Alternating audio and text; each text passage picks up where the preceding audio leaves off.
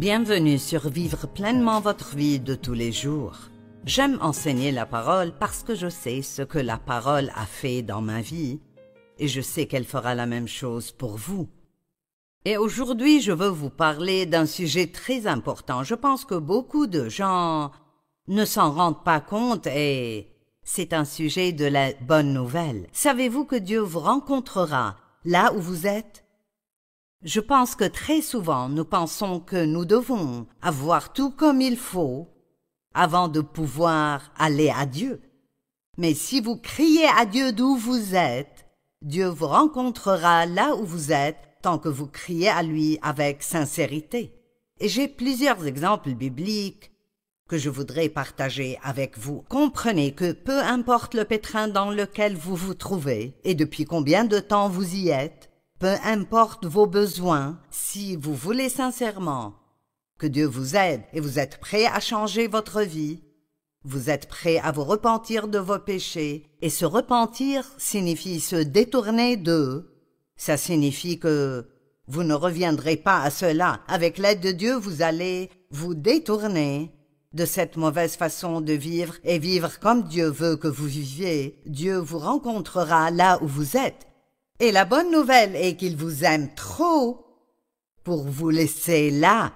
Il vous aidera toujours à vous rendre là où vous devez être. Maintenant, je veux le dire de nouveau parce que c'est important. Dieu vous aime tellement qu'il viendra à vous dans vos problèmes et il vous y rencontrera. Mais il ne vous laissera jamais là car il vous aime trop pour vous laisser là où il vous a trouvé. Il vous aidera à changer votre vie et il vous donnera par sa miséricorde une vie qui vaut la peine d'être vécue. La Bible nous raconte d'Abraham et de Sarah. Et c'était un couple à qui Dieu avait promis un enfant. Ils n'avaient pas d'enfant à eux. Et quand Dieu leur a fait cette promesse, ils étaient tous deux trop vieux pour avoir des enfants. Abraham avait 99 ans ou près de 100 ans et Sarah avait dépassé l'âge de procréer. Et donc, dans le naturel, c'était impossible, mais Dieu se spécialise dans l'impossible. Beaucoup de choses qui ne sont possibles pour personne d'autre sont possibles pour Dieu. Pour l'homme, c'est impossible, mais avec Dieu, tout est possible. Et donc, Dieu voulait juste qu'il le croie, qu'il lui fasse confiance, qu'il leur donnerait un enfant du sein de Sarah, et il ferait d'Abraham le père de plusieurs nations. Eh bien, comme beaucoup d'entre nous, il a attendu longtemps. Il a attendu un bon nombre d'années et rien ne se passait. Et donc, il a fait son propre plan et nous faisons la même chose. Quand le plan de Dieu ne semble pas se réaliser, alors nous avons toujours un plan de secours. Et sa femme lui a suggéré de prendre sa servante et de coucher avec elle, de la prendre comme épouse secondaire. Et puis, elle revendiquerait cet enfant comme le sien et l'élèverait comme le sien. Et c'est ce que Abraham a fait. C'était un cas où il n'aurait pas dû écouter sa femme. Ça n'a aucun sens pour une femme de vouloir donner à son mari une épouse secondaire. Ça ne peut que causer des ennuis. Et bien sûr, Agar, la servante, est tombée enceinte. Et immédiatement, elle a regardé avec mépris sa maîtresse. En d'autres termes, avant, elle avait une attitude de soumission, elle aimait sa maîtresse, elle aurait fait n'importe quoi pour elle. Et donc, à cause de la bonne attitude qu'elle avait, Sarah a pensé qu'elle ne changera pas. Mais dès qu'elle a eu un avantage sur Sarah ou qu'elle s'est trouvée dans une situation où elle pouvait donner à Abraham ce que Sarah ne pouvait pas donner, elle a changé. Et l'enfant a grandi avec eux jusqu'à ce qu'il ait environ 13 ans et ce n'était que des ennuis tout le temps. Et Sarah voulait qu'Abraham les fasse partir, elle ne voulait pas qu'ils soient ensemble. Elle a eu l'enfant que Dieu leur avait promis, et ils ont grandi ensemble, mais il n'y avait que des ennuis tout le temps. lorsque vous faites quelque chose que Dieu ne veut pas que vous fassiez, vous n'aurez rien d'autre que des ennuis tout le temps. Et donc ici, dans Genèse 21, 14 à 17, Abraham se leva de bon matin. Il prit du pain et une outre d'eau qu'il donna à Agar et plaça sur son épaule. Il lui remit aussi l'enfant et la renvoya. Elle s'en alla et se perdit dans le désert de Beer-Sheba. Quand l'eau de l'outre fut épuisée, elle laissa l'enfant sous un des arbrisseaux et alla s'asseoir vis-à-vis à la distance d'une portée d'arc, car elle se disait « Je ne veux pas voir mourir mon enfant ». Vous voyez qu'elle était déjà convaincue qu'ils ne s'en sortiront pas et que le garçon allait mourir. Donc elle s'est assise et a commencé à pleurer, et apparemment le garçon pleurait aussi. Et la Bible dit que Dieu entendit les cris de l'enfant. L'ange de Dieu appela Agar depuis le ciel et lui dit « Qu'as-tu, Agar? N'aie pas peur, car Dieu a entendu les cris de l'enfant, et il le rencontrera là où il se trouve. » La Bible dit qu'il le rencontrera là où il se trouve. Et c'est le titre de mon message aujourd'hui. Dieu vous rencontrera là où vous vous trouvez. Ce garçon avait un pétrin. Sa vie semblait être presque finie, et il a crié à Dieu. Parfois, tout ce que nous devons faire est crier à Dieu, et il nous rencontrera là où nous sommes, et il nous mènera là où nous devons être. Dieu a entendu Ismaël là où il était, et il lui a en fait promis une promotion et une bonne vie. Et tout ce qu'Ismaël a fait, c'est crier. Il n'a rien fait d'autre, il a crié. 2 Chroniques 29, il est écrit « Si un malheur nous atteint, que ce soit l'épée, le jugement, la peste ou la famine, nous nous présenterons devant ce temple et devant toi. Nous crierons à toi du fond de notre détresse et tu nous écouteras et nous sauveras. » N'importe qui peut crier à Dieu. Il ne faut pas de formation spéciale pour le faire. Vous dites « Dieu, j'ai besoin de toi. Tu es le seul qui puisse m'aider. Dieu, j'ai besoin de ton aide. Je crie devant toi. Je te veux dans ma vie. Je veux que tu viennes t'impliquer dans ma vie. » Et j'espère que beaucoup de personnes à qui je parle aujourd'hui seront vraiment convaincus par ce que je dis et vous vous rendrez compte que vous êtes dans un pétrin, que vous avez essayé de réparer ce gâchis vous-même et vous ne pouvez pas le faire. Vous avez besoin de Dieu et Dieu viendra vous aider si vous criez à lui. Il commencera à réparer la situation dans votre vie. Et ce ne sera pas du jour au lendemain, mais si vous lui confiez votre vie, vous le laissez entrer dans votre vie, pardonnez vos péchés et vous donnez un nouveau départ, Dieu vous rencontrera là où vous êtes et il vous mènera là où vous devez être. Le psaume 57, 3 et 4 dit « Je crie au Dieu très haut, au Dieu qui agit en ma faveur. » Je ne sais pas si vous avez vu l'émission où j'ai partagé ceci ou non, mais j'ai parlé de Bartimée, l'aveugle, qui a crié à Jésus « Jésus, fils de David, aie pitié de moi !» Et les gens lui ont dit de se taire. Il cria d'autant plus, et Dieu le guérit. Crier à Dieu est assez facile. Parfois nous pleurons chez nos amis, ou en nous-mêmes. Nous nous apitoyons sur notre sort. Mais pourquoi ne pas dire « Dieu, quoi que tu veuilles que je fasse, je le ferai. Montre-moi quoi faire, et je veux t'obéir. » Je crie au Dieu très haut. Il m'enverra du ciel le secours. Car celui qui me harcèle me couvre d'insultes. Dieu enverra sa bonté et sa vérité. Et puis le psaume 86, 5. Tu es bon, Seigneur, tu pardonnes. Tu es plein d'amour pour tous ceux qui font appel à toi. Dieu a rencontré Ismaël quand il a été abandonné et il lui a promis une promotion. Et je peux dire qu'il m'est arrivé la même chose. J'ai été abusée dans mon enfance par mon père, abandonnée par ma mère. J'ai passé des années dans une misère totale, dans une atmosphère de peur et de colère violente.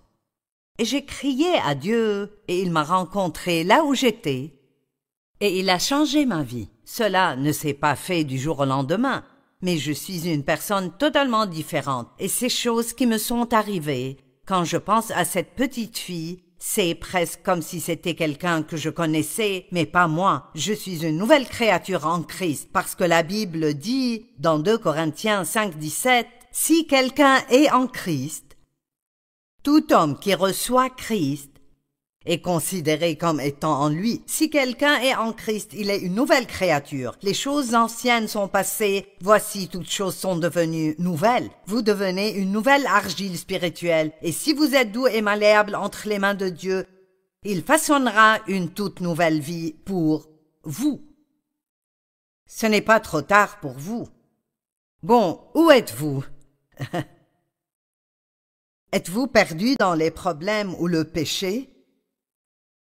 Vous sentez-vous seul? Avez-vous peut-être peur de la mort? Avez-vous été abandonné? Avez-vous été rejeté? Vivez-vous avec les résultats de vos erreurs et vous ne savez pas ce que vous êtes censé faire?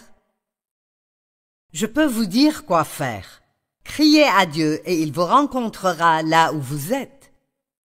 Et pas à pas, petit à petit, Dieu vous enseignera et il vous montrera comment faire les bons choix et vivre comme il faut. Mais vous devez commencer par confier votre vie à Dieu.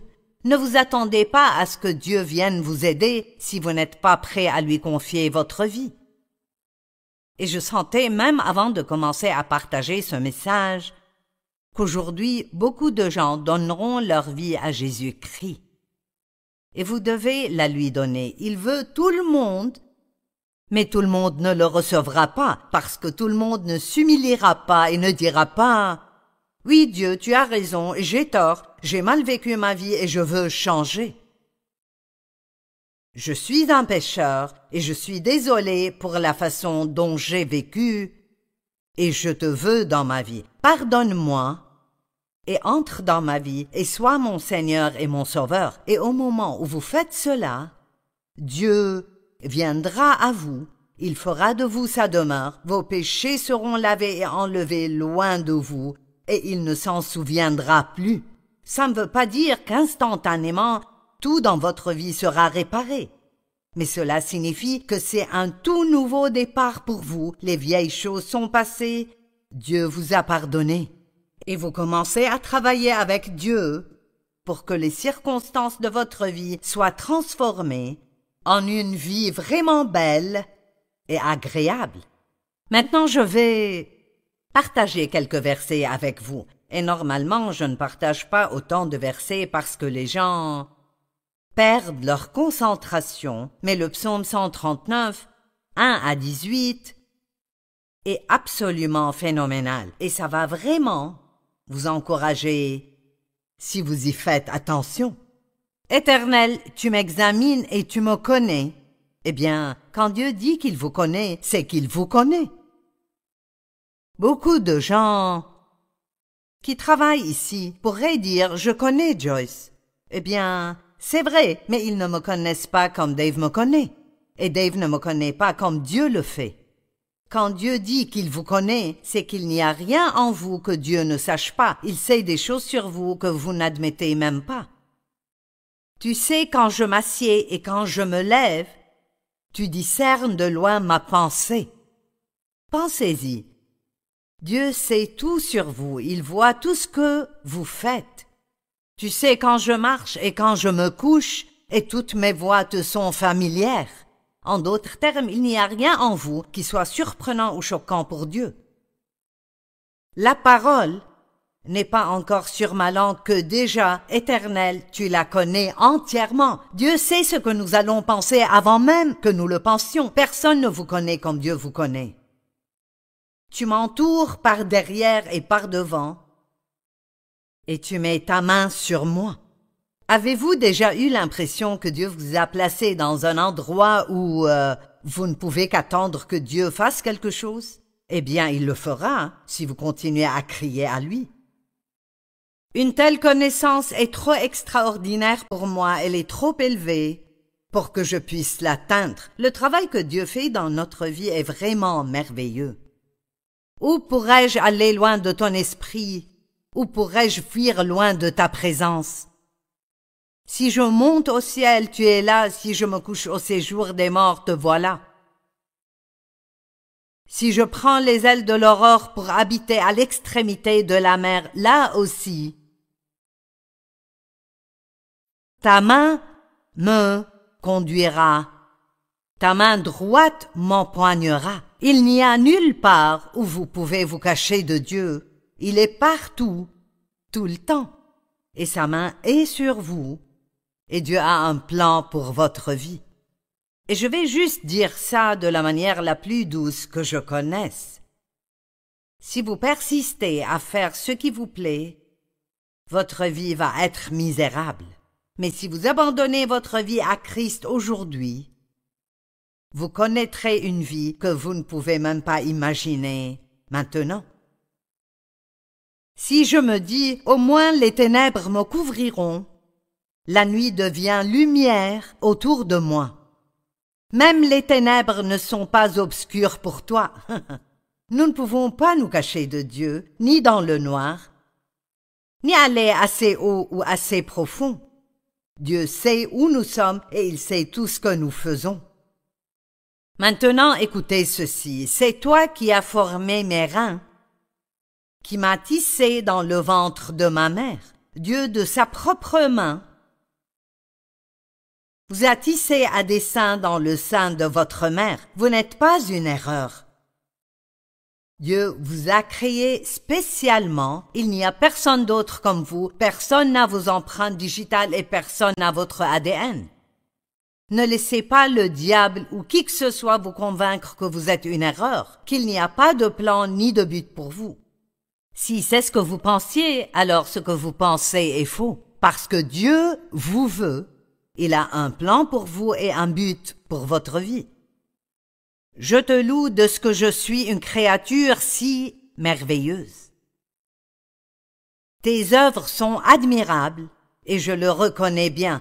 J'aime l'audace du psalmiste David. Il a dit « Tes œuvres sont admirables, je le reconnais bien ». Ce qu'il disait essentiellement est « Dieu, tu as fait de moi une merveille ». Je suis merveilleuse. La façon dont tu m'as fait est merveilleuse. Alors vous pouvez arrêter d'être votre propre ennemi. Vous pouvez arrêter de vous détester, de vous rejeter et de penser que ça ne va pas parce que vous n'êtes pas comme tout le monde. Aujourd'hui, vous pouvez vous accepter comme quelqu'un fait à la main, choisi par Dieu, fait très spécial, et Dieu a un plan spécial pour votre vie. Je n'étais encore qu'une masse informe, mais tes yeux me voyaient, et sur ton livre étaient inscrits tous les jours qui m'étaient destinés avant qu'un seul d'entre eux n'existe. Donc Dieu a un livre. Et il a écrit chaque jour de toutes nos vies dans ce livre avant même que nous n'apparaissions sur terre.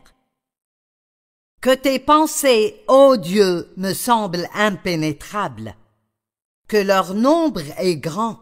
Comment les compter? Elles sont plus nombreuses que les grains de sable. Je me réveille et je suis encore avec toi. Dieu vous a, dans sa pensée, tout le temps. Il n'y a jamais eu un moment dans votre vie où Dieu ne vous a pas aimé. Et il n'y aura jamais un moment où il vous aimera plus qu'il vous aime en ce moment. Vous dites, cela ne peut pas être possible, Dieu ne peut pas m'aimer avec toutes les choses que j'ai faites. Eh bien, Dieu est amour. Ce n'est pas quelque chose qu'il fait parfois et ne fait pas d'autres fois. Il est amour. Et ce qu'il veut que nous fassions, c'est répondre à cet amour. Jésus a dit, si vous m'aimez, vous m'obéirez. Il veut que nous apprenions sa parole et que nous vivions une vie d'obéissance. Il n'a pas dit, si vous m'obéissez, je vous aimerai. Il a dit, si vous m'aimez, vous m'obéirez. Et la raison pour laquelle les gens n'obéissent pas à Dieu, c'est parce qu'ils ne l'aiment pas assez pour lui obéir. Plus vous êtes amoureux de Jésus, plus vous voudrez faire ce qu'il veut que vous fassiez. Apocalypse 3 dit « Voici, je me tiens à la porte et je frappe. Si quelqu'un entend ma voix et ouvre la porte, eh bien la poignée de la porte est de votre côté de la porte. Il ne va pas défoncer la porte et se faire accepter, mais si vous ouvrez la porte, il dit « J'entrerai chez lui, je souperai avec lui, et lui avec moi ». Eh bien, que signifie manger dans la Bible? L'intimité, la relation de proximité, les alliances scellées par un repas. La Pâque a été instituée avec un repas. Le corps du Seigneur et son sang qui ont été brisés et versés au cours d'un repas. Jésus veut manger avec vous. Il veut une relation intime, une relation personnelle avec vous. Vous savez, la Bible est pleine d'histoires de rédemption. Dieu est un Dieu de rédemption, c'est-à-dire qu'il nous a rachetés de l'ennemi. Dieu vous veut. Il a payé le prix pour vous. Le diable vous dit que vous lui appartiendrez toujours, mais ce n'est pas vrai, car Jésus vous a racheté avec son propre sang. Et il est descendu en enfer, et il a enlevé les clés de l'enfer à Satan, et il nous a donné l'autorité. L'ennemi n'a plus autorité sur vous si vous ne le laissez pas faire. Noé est une belle histoire de rédemption. Et je viens de remarquer ceci. L'histoire de Noé est dans la Genèse 6, 7 et 8. Dieu a averti du jugement à venir, et il a dit que ceux qui se repentiraient de leurs péchés seraient sauvés. Il a dit à Noé de construire une arche pour contenir ceux qui croiraient. Cependant, après des années de prédication,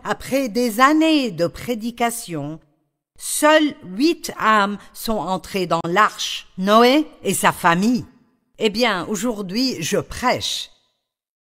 Et j'espère que vous écouterez ce que je dis et qu'il n'y aura pas besoin que quelqu'un d'autre l'année prochaine ou dans 5 ans vienne prêcher à nouveau.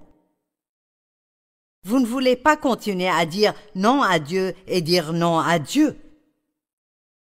Tous les gens qui étaient vivants au temps de Noé, on leur a prêché, on leur a dit que le jugement viendrait. Jésus revient.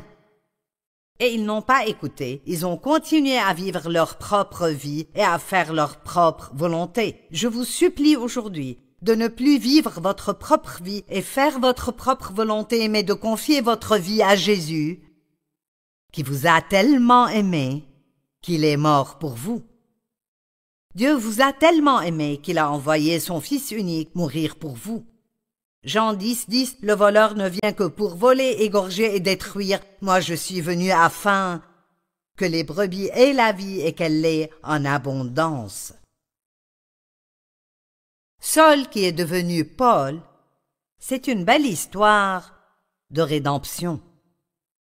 Marie de Magdala, qui était pleine de démons, est devenue une amie proche de Jésus et a voyagé avec lui. Marie, la prostituée, est devenue une amie proche de Jésus et a voyagé avec lui. Pierre, qui a renié Jésus, est devenu l'un des plus grands apôtres. Si vous faites des erreurs, ça ne veut pas dire qu'il est trop tard pour vous et il n'est pas trop tard pour moi.